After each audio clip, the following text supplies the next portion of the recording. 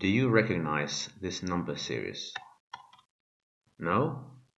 Well, what about this matrix? Do you recognize it? Does it ring a bell? Perhaps not. I do believe that you will recognize parts of this. Perhaps it will catch your eye. No? By now it will.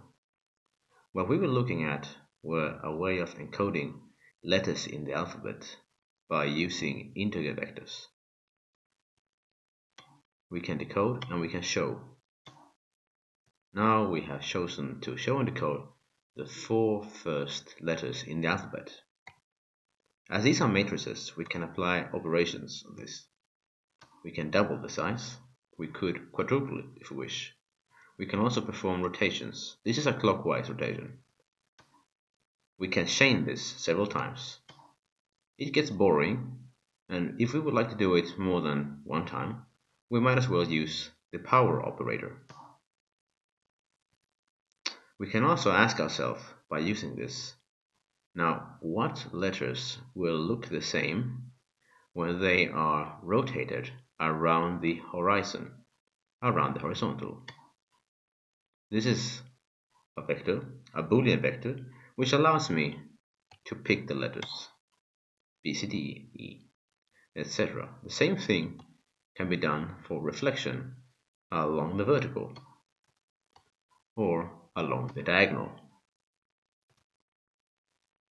What are the distances between these now? We're talking about similarity.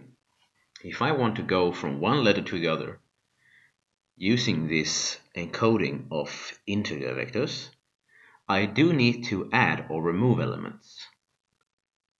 The first portion of this defin is what we need to remove from the left side, and the second portion is what we need to remove from the right side, meaning going from the left to the right, I need to remove and add stuff. Going from A to B, I need to remove 2 parts from A and add 3 parts to go to B. This is edits. The distance now is the amount of edits. So going from A to B is 5. We can construct a distance matrix using this technique. You will see that the diagonal contains zeros, meaning A to A, B to B, C to C has distance 0.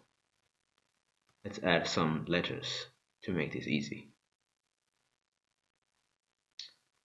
We can order this and look at the 5 first letters that are most similar to each letter. The first row corresponds to A.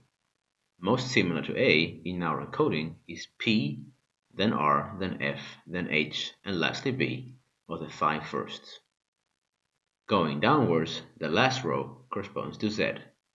The most similar to Z is C, then S, then T.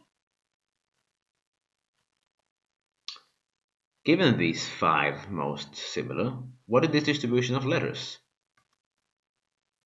We can see quite easily that O has a very high amount of hits here. So O is apparently very similar to the first 5 in every category. Maybe we should just look at them. If we, on every row, sum the distance and then choose to do a sorting in ascending order, which letter is the most similar, meaning which letter has the lowest distance? It's O and then Q. So O and Q are very similar to all the others. Using the technique of showing and decoding, we can very simply, using this simple one-liner, construct a banner. APL is power. Now I can also add a reflection to the banner, as you see, like a water effect. Naming is a good idea, so let's call this reflect banner. APL is power.